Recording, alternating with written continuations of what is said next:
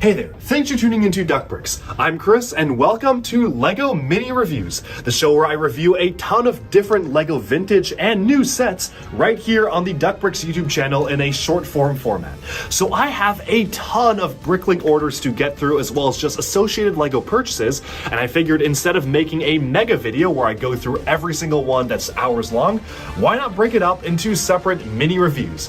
And so, in addition to our normal 3 videos a week schedule, be sure to stay tuned for a mini review dropping every single day where we do not normally have a standard video releasing. I hope you enjoy, and let's jump right into our first pick. Next up here we have one of the classic LEGO Fright Night sets. This is the Witch's Magic Manor. You can see that this is actually part of the larger Fright Nights ensemble, except the set is fully focused around the witch character.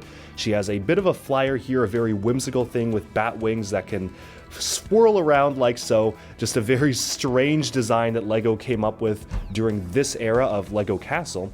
And this does actually have a few features if we kind of move away the dragon here, which is a nice classic LEGO dragon. Always good to get this piece in sets. You'll notice that we've got one of the poor forest men in the center there, right there.